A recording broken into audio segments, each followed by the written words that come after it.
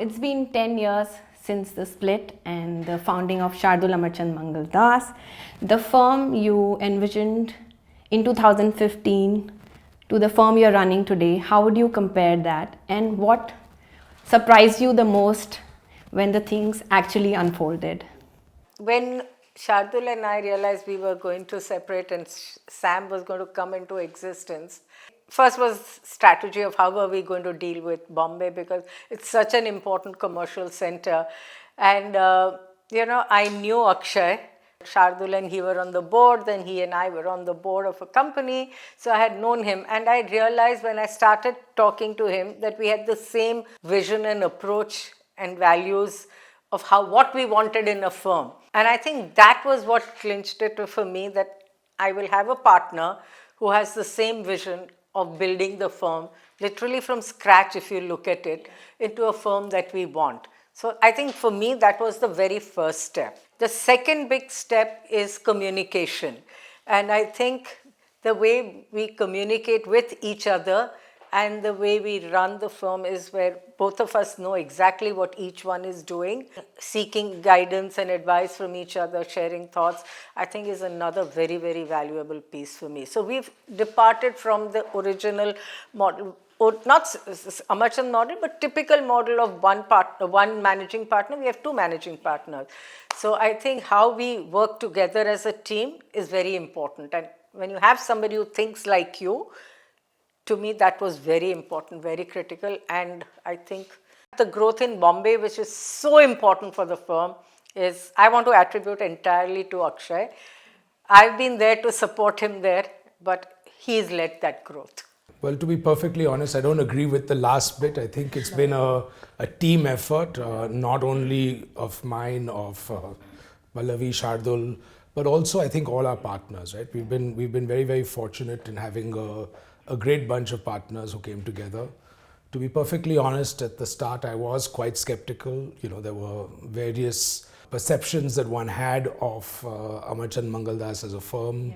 I would sort of say they were sort of misconceptions in that stage. As you can see, 11 years on, we're both sitting here, and I think the firm has done relatively well, but there were apprehensions that I had. But I must say that in the first, we probably had 3 or 4 meetings before I decided to join.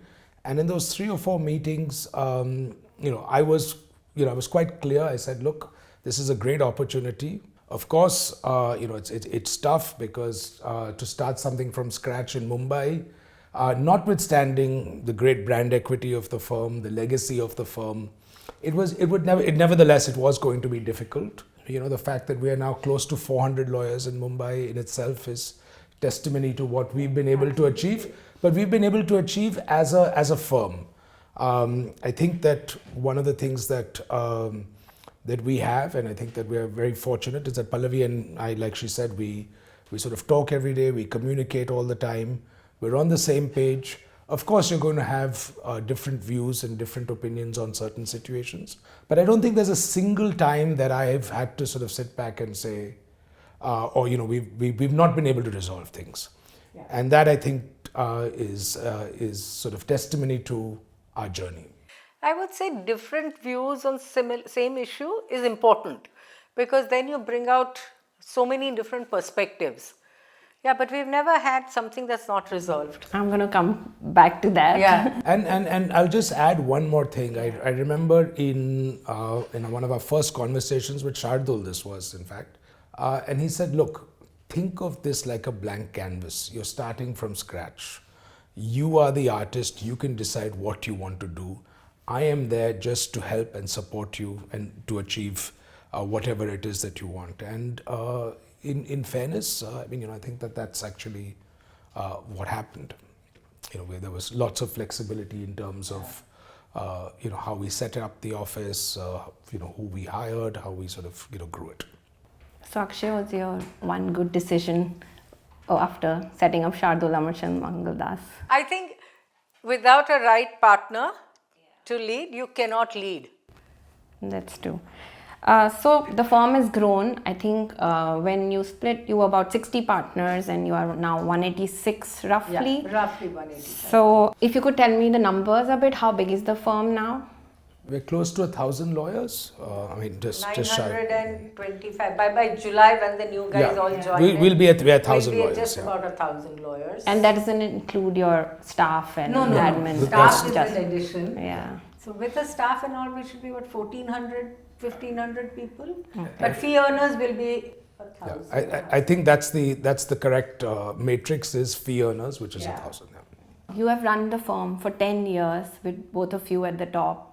So, like you spoke about that you speak every day. So, how do responsibilities get divided between the two of you, and has that division kind of changed over a decade? Of course, I mean, look, administratively, I look after Mumbai, Pallavi looks after Delhi, just sort of naturally. But, what we sort of pride ourselves on is the fact that we are one firm, we are one profit and loss, we are one partnership. So, everything that we do for the firm as a whole, irrespective of geography and irrespective of which office you're based in. Yeah. So, if it's something is happening in the south, whether I go or Akshay go, it depends who has the ability at that point of time to go and what to do. Yeah. But he will go, I will go, it depends. It's just a conversation. And coming at, if you both have a disagreement, how do you resolve it? Talk. Yeah. Certainly talk. Talk, debate, deliberate, and resolve. Yeah. And eventually, sometimes you may not agree, but in the larger interest of the firm, you take certain calls. Yeah. I think the larger interest of the firm will prevail. Yeah. I may be wrong, he may be right. It's fine. I mean, I to be honest, I genuinely mean this. It's been 11 years, not 10. You keep saying 10. Yeah. In 11 years, I don't believe there's been a single time that we've actually, it's reached a point where one hasn't been able to convince the other. Not once. I cannot think of a single instance. And I think one thing that both of us keep in mind is the larger interest of the firm. If you keep that in mind, a lot of it gets resolved by itself. And the second big thing I think is neither of us have an ego for each other. Yeah. I'm happy to say I didn't think of this, and he has thought, or I would have thought and he would have. So there's no ego here, no admitting that, no question. If we are wrong, we are wrong. And we haven't thought, we haven't thought. And very often where the resolution comes is if somebody feels very strongly about something and the other feels less strongly about it, I mean, you tend to go with the person that feels more strongly about it. Yeah. It just happens naturally. There's no, like Pallavi said, if there was an ego issue, you would not be able to resolve it. Yeah. But because there's no ego, you'd say, okay, fine. I mean, if you really feel so strongly, I may disagree with your view, but I'll go with it. And sometimes we've gone back on issues and said, okay, you know what? I thought was right, but maybe I'm wrong. Yeah. How can we set it right? Yeah. So, like we spoke, Sam has grown from 60 partners to 186. That's 3 times in a decade. Does it put a strain on the culture, and how you guard against that to keep the firm's culture the way it is? I think every growth puts some strain on the culture, and I think it is for us as a senior leaders to ensure that the culture remains, the basic values don't change. Yeah. So constantly reiterating basic values, not only reiterating in words but also in action, is important. When, for example, when we want to keep this one firm, how Akshay and I talk to each other, how we deal with each other, and for people to see that we are a team, we are not individuals, I think becomes very important. So what is right, what is not right within the firm, all those issues, when we take joint action, I think that itself speaks of how the culture is. But you have to make an effort. Yeah. So one of the things that both of us were and are committed to is maintaining this one firm culture. And we have worked very hard over the 10 years to keep that going. And it's not been difficult because, of course, there was a legacy firm and there's a legacy culture. Yeah. But I mean, you've also had so many. I mean, if you look at the numbers in itself, right? Yeah. I mean, Yeah. when we've grown from 300 to 1,000, And particularly when, in May of 2015, when we started Mumbai and then we had started Bangalore and so on and so forth, you basically brought in lateral people. So you've had to manage that culture, and that actually has been a challenge. But I think we've been pretty successful in ensuring that we've managed to find a good place as far as our culture is concerned, marrying both the legacy as well as the laterals that have come in from different places. So I think we've also been, when you talk of laterals coming in, getting in people who have the same values and approach to the profession, to growth, to values is very important. And I think we've been very lucky. We may have grown very calibrated. 3 times growth over 10 years is calibrated. It's not like, it's a big growth, but it's calibrated. So getting in people with the same value systems is very important. And I think we've been lucky over the decade. And I think that's one of the first things we look at in people, right? Is will they fit in? Yeah. Are they a cultural fit? And there have been instances where where there have been stars who we've just basically not sort of gone ahead with because we were nervous about their ability to fit into our culture. So I have covered partner moves for about 15 years now. There have been partners who move from one firm to another firm, competition, and some maybe come back as well. How do you see talent in 2026 for the coming decade? One of the things I think we pride ourselves with, I don't have the statistics or the numbers of other firms, is that our talent retention has been pretty good. There was, if you were to go back to 23-24, we had quite a few departures, but by and large, we lose south of probably 3 to 4% of our people every year, which I think is very normal in the market that we're in. Some of them we lose because they're sort of nudged out, or they don't really fit in. Some of them are pursuing non-legal opportunities, and some of them are poached by other firms. So we also sort of hire. But if one was to look at us as a firm, the number of internal the number of internal partners that we have has far exceeded the number of lateral partners that we have.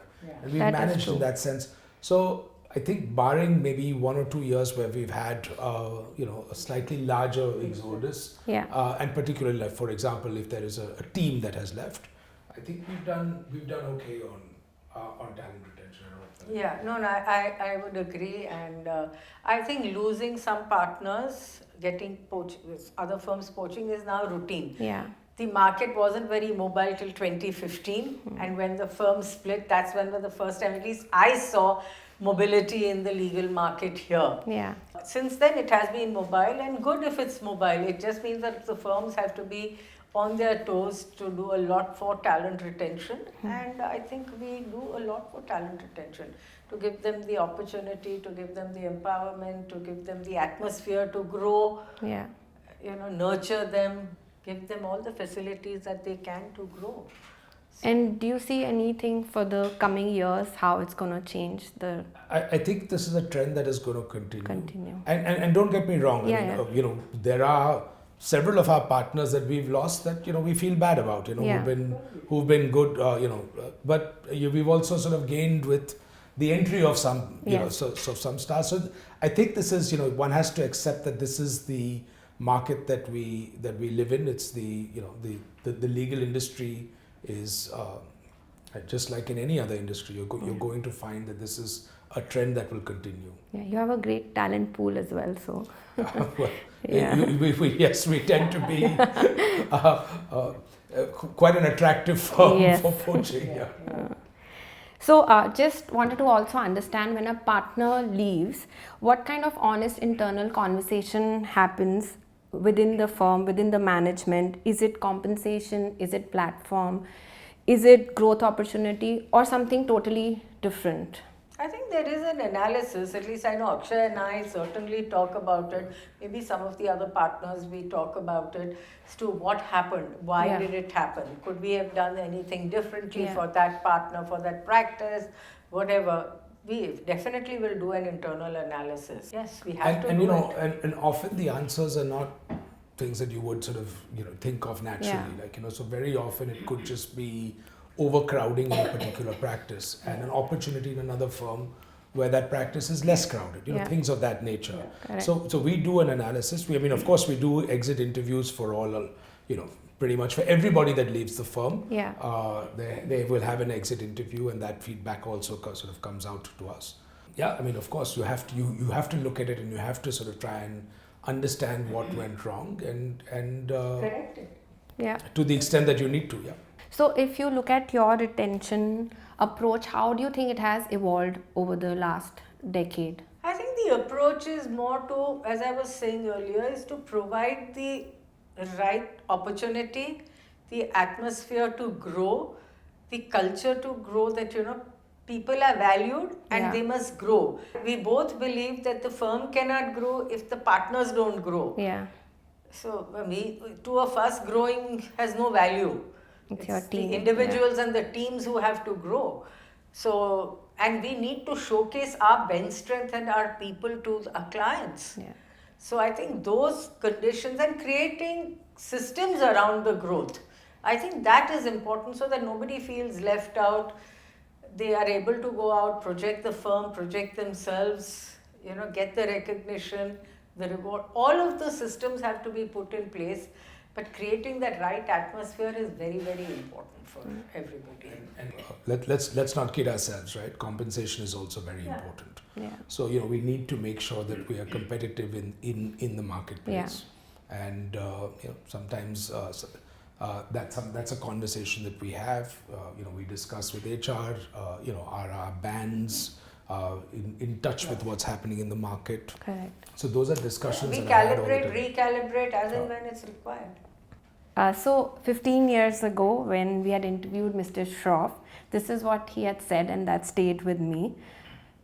We see ourselves as trustees for the future generation. We believe in the Tata Sons and the Reader's Digest model, that each one of us is here for a limited time. We contribute money, we act as trustees for the future, and we exit at our historical costs. Has this remained the same, or something has changed since then? It is still the same. We are ultimately trustees. We are not permanent in life. I'm not sure even I want to be permanent here. I certainly don't want to. None of us want to be permanent fixtures in a firm. Yeah. You lose your own value.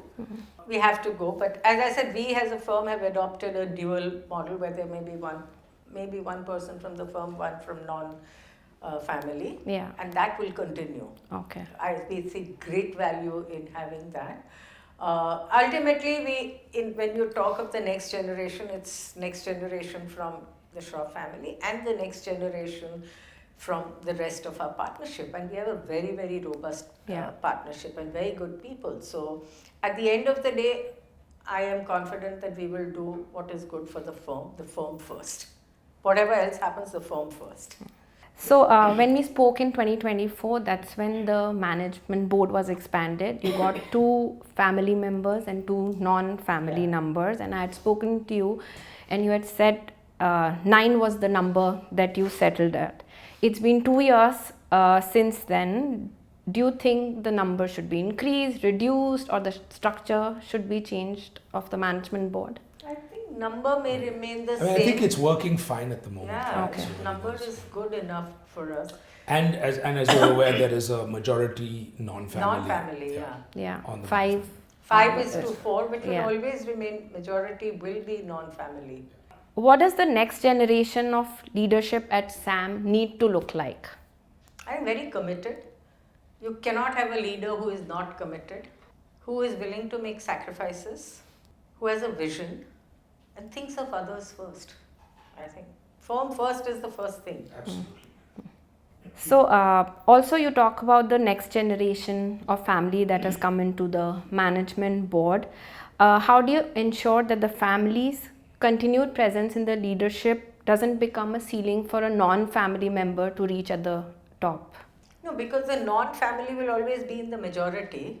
So that never becomes a ceiling for, we will always remain in the minority. Okay. So I don't see a block for anyone else to come, because whenever the board changes, I mean, I think the key really is that in deciding, sort of who our future leaders are, they have to, I mean, effectively it will be the firm that comes first, right? Yeah. So I think that, we talk about family and non-family, I mean, that's fine. But the key really is we've got to basically, it has to be on merit. yeah, Right, absolutely. and that is the key. We are committed So to that. so it's the larger interest of the firm that must prevail Yeah. over anything else. Do you think the co-equal leader structure will continue? I'm hoping it will. And when you talk about succession, is there like a plan? What is the transition going to be? When do you have all of that in mind yet? Or like when yet. both of you take a little backseat with day-to-day functioning and the next crop grows I under think at the right time we will. Do we talk about it? Yes, we do talk I was- about yeah, it I was- regularly. It's not that That's we what don't. I was about to say. Look, it's not that people are sort of just sort of ignoring succession issues and just sort of shoving them under the carpet. Yeah. We do discuss them all the time, but as you can appreciate, these are not easy decisions, course. and this has nothing to do with family, non-family. It's just got to do with the firm, right? Yeah. I mean, you've got to, and it's something that I think it's in every single firm, right? Succession is an issue. Yeah. As one generation passes the mantle to the next, it's something that we discuss regularly. I wouldn't be surprised if after this interview, the two of us and with Shardul were sitting and we're discussing succession. Yeah. It's something that we talk about regularly. Yeah. But there are sometimes it takes time, and there are no easy answers to certain things. True. You do it for businesses all the Yeah, time. absolutely, Correct. yeah. We will do it for ourselves. Yeah. Yeah. As I said, our approach is very clear on merits and firm first. Two things. Entry of foreign law firms, do you see that as a competition? Do you want them to be not allowed, or you want a level playing field? Quite frankly, I don't perceive it as being a huge problem. Of course, if they do come in, and I don't think we're really sort of opposed to their coming in, we would want to ensure that it is a level playing field in that Yeah. sense. I don't think that there's a Today second there view. is no level playing Yeah. field. Yeah, but that being said, I don't perceive that they will be a threat to us. Yes, of course, there will be a certain amount of the market will there will be a certain amount of impact on the market, but I think it'll be for a temporary period. If you were to look at various geographies across the world, I mean, I'm not only talking about in Asia, but even if you were to look at a country like Spain or Italy, for example, right? The number one law firms in both those countries are domestic Yes. independent law firms Yeah. who are not affiliated to large international firms. So I don't really think that it's a problem. There could be some. I'm looking for the right adjective, which I'm being careful with my adjective. Yeah. There could be some initial tremors, but I can't see this being an earthquake. But I think there should be a challenge that we Indian law firms take on board and see how we change ourselves, improve ourselves into being more and more professional. I wouldn't say professional, but at a certain level where we compete on level with those firms, Yeah. foreign law firms. I think it's a huge challenge which we have to accept. No, I'm sure. we And there are a can lot do of that, positives, yeah. right? I mean, Yeah.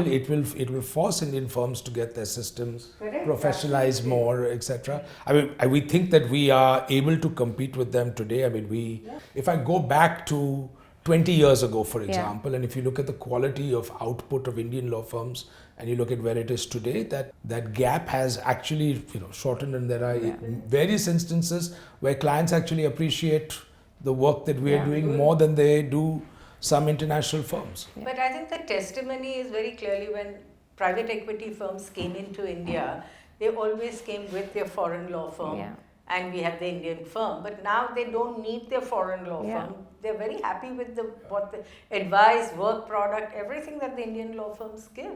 So I think firms have also accepted the challenge and grown. Yeah, do we have to have more systems, processes, use of technology? Of course we have to use.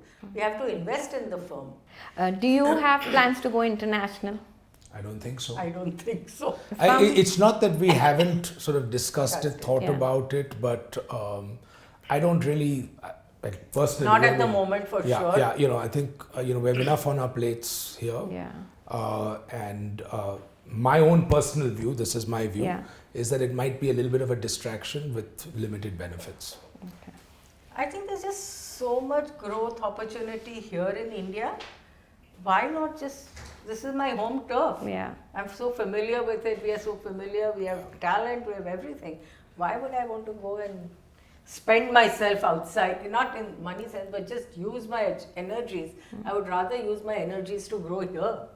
Of course, if a great opportunity falls yeah, into yeah, our lap, yeah. we will certainly look at it. No, we but- have not. We discuss Close to this. Yeah, we have. We discuss this every now and then, but at the moment we don't want to grow. Coming to AI and technology, where is the firm in terms of AI? Is it still in pilot stage or it's in the workflow system? And what are all practices using AI? Something you can tell us on that. I'll give you two statistics. 95% of our lawyers are using AI regularly.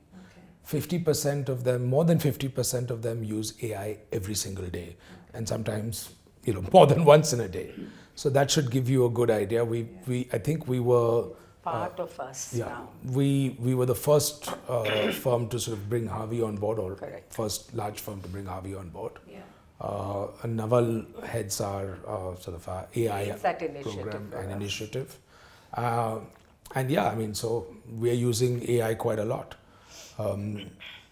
Obviously, with all of the checks and balances that one needs, in terms of sort of security, in terms of making sure that the data is not compromised in any way, all of those checks and balances are in place.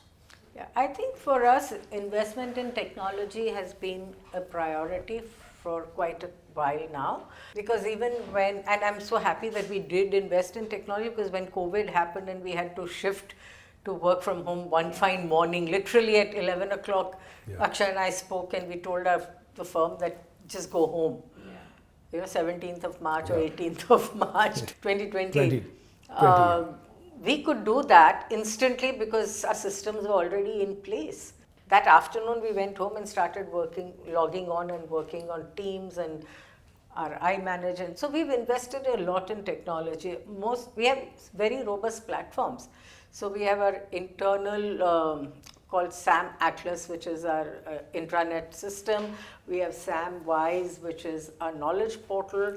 We have, of course, iManage that we use. We use Harvey on all of this, and Clementine, which is our knowledge portal. All our training programs are on that. Other than physical, we also have recorded training programs which people can access at any time from anywhere. So yeah, we have very heavily invested in technology. And in terms of like deciding on Harvey or any other AI product, does the management take a call, or you have a CTO, or you mentioned Naval heads that initiative? So Naval heads the initiative, but prior to our deciding to go with Harvey, we went through a pretty robust check on in terms of what was available, what the advantages, disadvantages of different platforms were. We discussed it. We had a pilot going on for a while, and then we discussed it at a management level, and then finally decided to go with Harvey. Naval and a team of lawyers worked with our CTO to evaluate several products that were in the market, and we ran pilots for 3 months, 4 months, and over 100 people were involved, users who would use. About 150 odd users were involved across our offices in the pilot. So it's not 5, 10, 20 people, and then they made a recommendation and we went with it.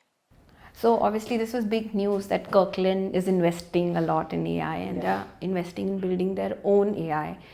Is the firm thinking in that direction? No, we don't need to. There are enough products in the market which we can use to our benefit.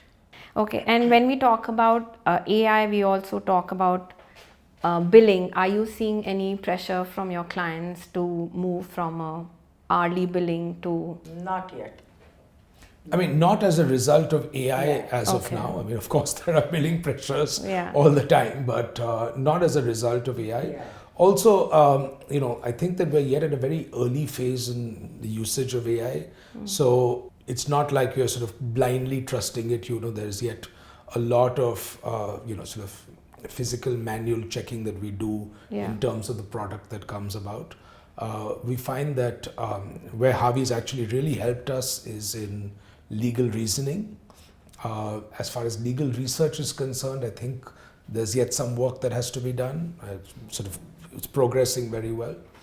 And the last thing that I would sort of say is that one of the things that we are looking at is specific customized workflows, Yeah. which will be very unique to us. So that is really where the focus of the AI team is at the moment. And I think Harvey has been doing a great job working very Yes. closely with us on a very regular basis. So we are very happy with using Harvey. And just taking you back to, is there any specific practice area like cap markets or any disputes where it's being used a lot more than another practice area? Could you talk about that a bit? Using it, Corporates using, cap markets yeah, using, but even I would, litigation but I think litigation probably uses it less little less than other yeah. practice areas. Also, because you have to be very careful about things like hallucinations. We've seen that in the Supreme Court rules recently. have come out on Yeah. that. So This morning they've set aside a Oh. NCLT and CLAT order where they've There was used a there was a fake Judgment. hallucination. Yeah, so I think Yeah. litigation probably uses it much less than other practice areas. Okay. And again, I think it's not so much about practice areas as it is about work streams, right? So it's good to generate a first draft, for example. Yeah. It will help you with drafting. But then you necessarily, it's not like you can just rely on that draft blindly and then just sort of send that across to client. There is a certain amount of manual checks that have to go through. Harvey doesn't substitute your brain. Yeah. That is true. But like I mentioned, I was on a panel with a couple of GCs, and one of them, like their comment was that we are also using AI. So we basically have an idea of what the issue is and what could be the probable solution. Therefore, they are hoping that law firms bill knowing the reduced hours, which are reduced because of AI.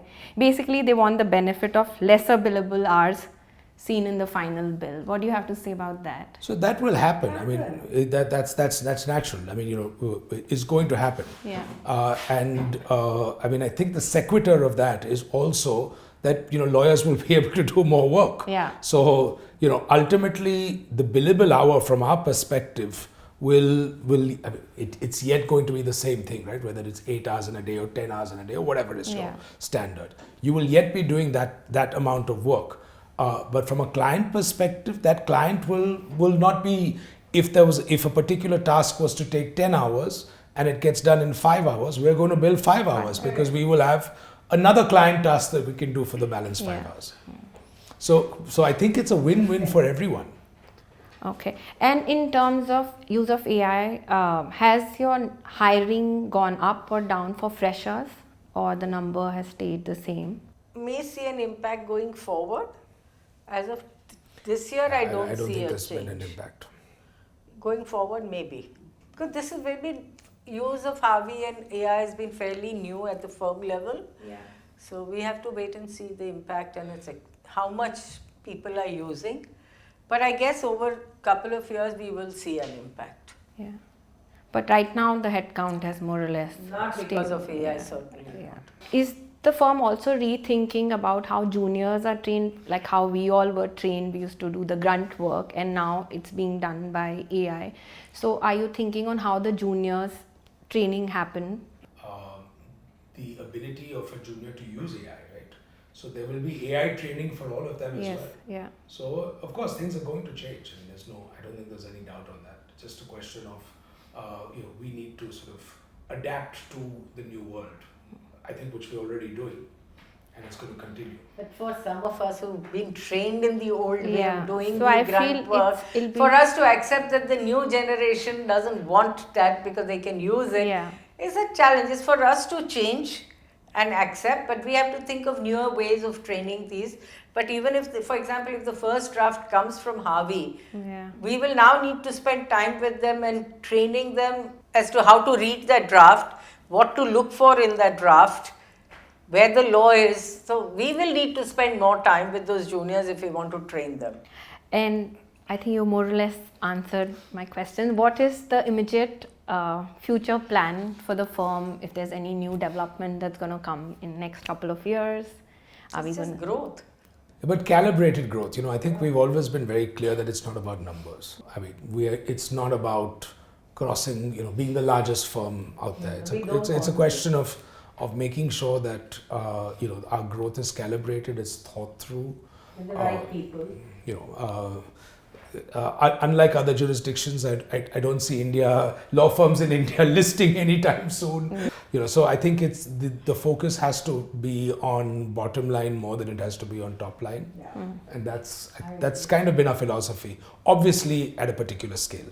And working, I think, with different professionals, multidisciplinary is not yet going to be allowed here, but working closely with different professional services is very important for us also. Therefore, if you say kind of knowledge that lawyers have to have is also changing. Lawyers typically run away from numbers and balance sheets and all.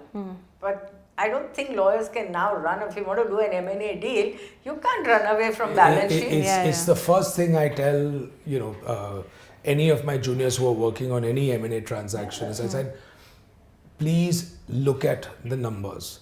Read the annual reports of the companies. Understand the underlying business. Because if you don't understand the underlying business, you're never going to be able to advise your client properly.